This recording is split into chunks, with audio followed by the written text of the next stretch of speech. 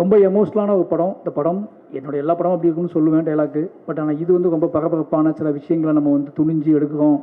சில விஷயங்கள் இது எப்படி புரிந்து கொள்ளப்படும் அப்படின்னு ஒரு நிறைய மனசுக்குள்ளே நிறைய கணக்குகள் போட்டு நிறைய பிளான் பண்ணி திட்டமிட்டு அந்த திட்டத்துக்குள்ளே ஒரு எமோஷ்னல் வச்சு எடுக்கப்பட்ட படம் தான் பைசன் காலமாடன்.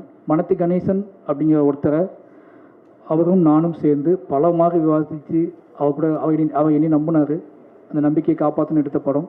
இன்றைக்கி அந்த படத்தோட ரிசல்ட் பார்க்கும்போது இந்த படத்தோட ரிசல்ட்டை தாண்டி எனக்கு வர மெசேஜ், என்னை தேடி பேசுகிறவங்க, என்னை ஃபோன் பண்ணி பேசுகிறவங்க, சவுத் தமிழ்நாட்டில் கூடிய இளைஞர்கள் இருக்கக்கூடிய இந்த படத்துக்கான ஆதரவு, இது எல்லாத்தையும் பார்க்கும்போது ஏதோ நம்ம இவ்வளோ நாள் கற்றுக்கிட்ட விஷயத்தை வச்சு ஒரு நல்ல விஷயம் பண்ணியிருக்கோம் அப்படிங்கிற பெரிய நம்பிக்கையை கொடுத்துருக்கு. அந்த நம்பிக்கையை கொடுத்ததுக்கான காரணம் இந்த மக்கள் இந்த படத்தை ஏற்றுக்கொண்டது தான்.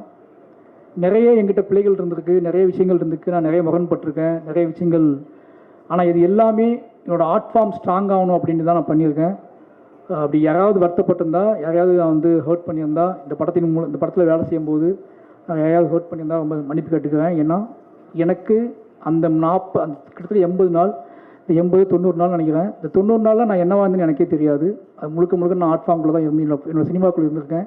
அதை நான் மாற்றிக்க முயற்சி பண்ணுவேன். என்னோடய சினிமாவை அது என்னமோ தெரியல எனக்கு. அது நடக்கும்போது நான் அந்த சினிமாவை முழுசாக நான் தோற்றுணும் அப்படிங்கிற பயம், தோற்றக்கூடாது அப்படிங்கிற பயத்திலே நான் நிறைய வேலை செஞ்சுக்கிட்டே இருக்கேன்.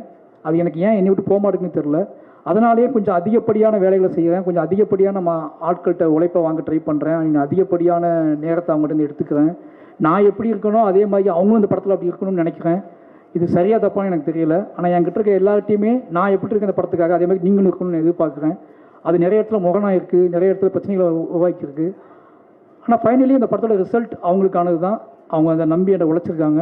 அப்படி நான் முரண்பட்ட, நான் வருத்தப்பட்ட, இல்லை என்ன சொல்கிறது, என் மீது வருத்தப்பட்ட நிறைய பேருக்கு நான் நன்றி சொல்லிக்கிறேன். இந்த படம் மட்டுமே காரணம். இந்த படத்தை தாண்டி நான் எந்த வகையிலையும் யாரையுமே பகையாக நினச்சது இல்லை, எதுவும் கிடையாது.